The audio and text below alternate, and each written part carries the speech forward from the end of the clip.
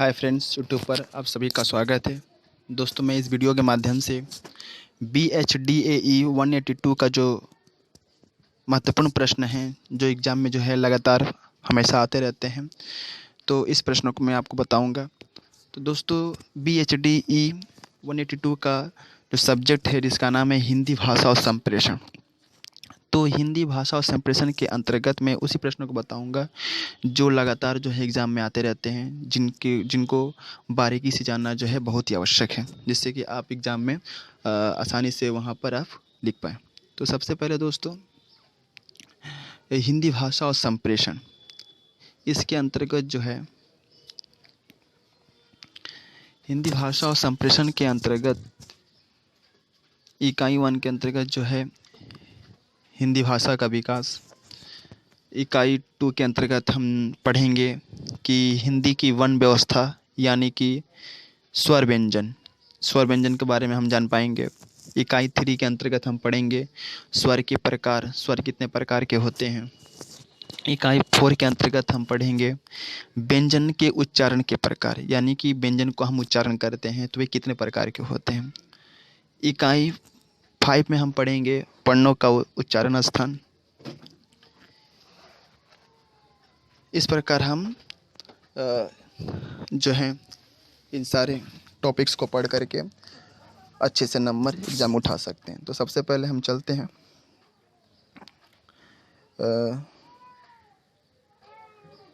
सबसे पहले चलते हैं कि हिंदी भाषा है क्या।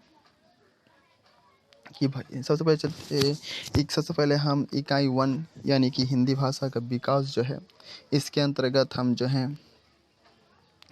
सबसे पहले हिंदी भाषा का क्या उद्देश्य है ये पढ़ेंगे। उसके बाद हिंदी भाषा का क्या प्रस्तावना है, भाषा का क्या अर्थ होता है, भाषा की क्या परिभाषाएं हो सकती हैं, भाषा का जो क्या स्वरूप होता है, भाषा की प्रकृति कैसी होती है, भाषा के विविध रूप होते हैं।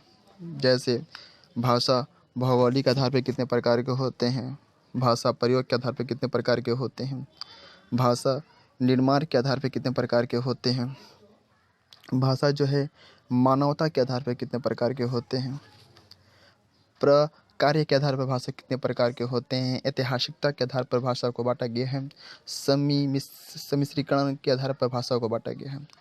हिंदी भाषा और उसका विकास के बारे में हम पढ़ पाएंगे कि हिंदी भाषा का विकास कैसे हुआ है, हिंदी भाषा का क्या स्वरूप है, हिंदी भाषा का क्या क्षेत्र है।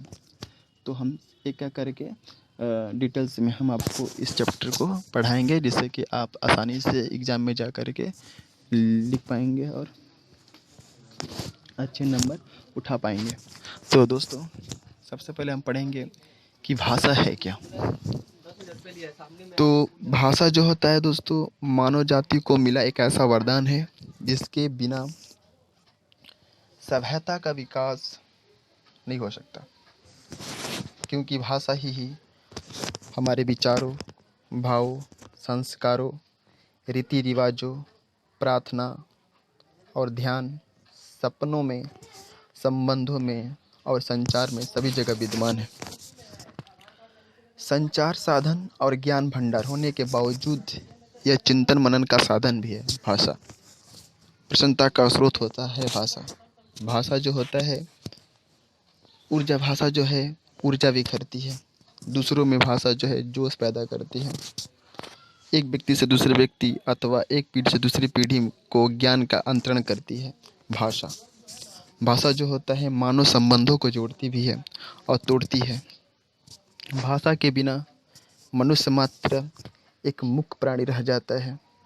इससे हम अपनी बात, अपने मन के विचारों को दूसरों तक पहुंचा पाते हैं, और इसी कारण हम जो हैं अन्य प्राणियों से अलग हो जाते हैं। भाषा जो होता है दोस्तों सर्वव्यापी होता है, किंतु कई बार यह न केवल भाषाविदों के लिए गंभीर वस्तु होती है, बल्कि भाषा जो होती है वह दार्शनिकों, तर्कशास्त्रियों, विज्ञानियों, साहित्यिक, आलोचकों आदि के लिए भी होती है।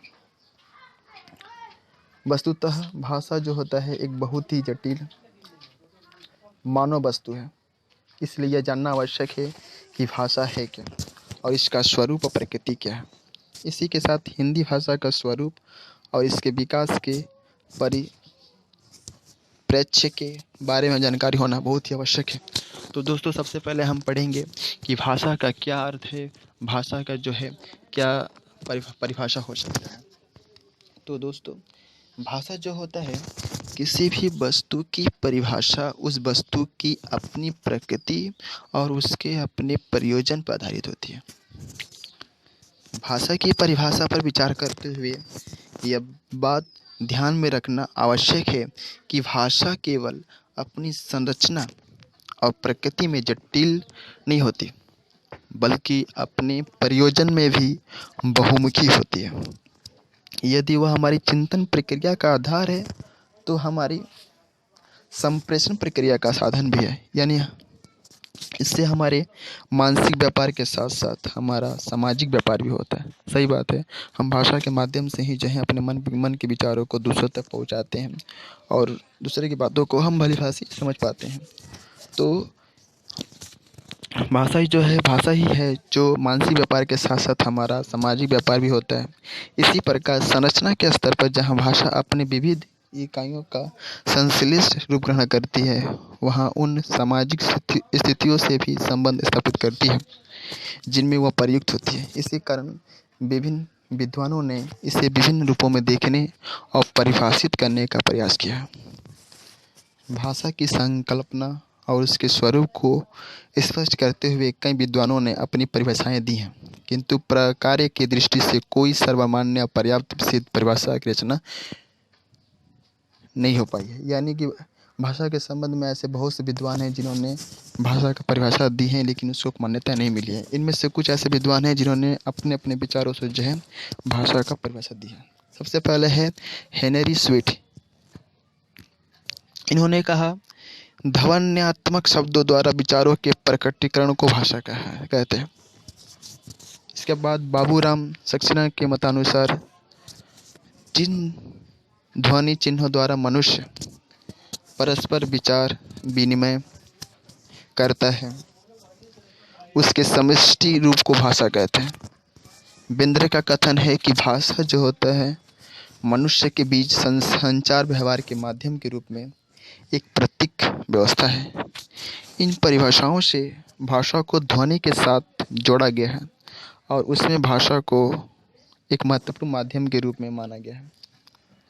विद्वान द्वय ब्लॉक और ट्रेगर की परिभाषा काफ़ी सीमा तक सार्थक और अधिक मान्य मानी गई है, क्योंकि उन्होंने कहा था कि भाषा यादृच्छिक ध्वनि प्रतीकों की व्यवस्था है जिसके द्वारा समाज अपने विचारों का आदान प्रदान करता है।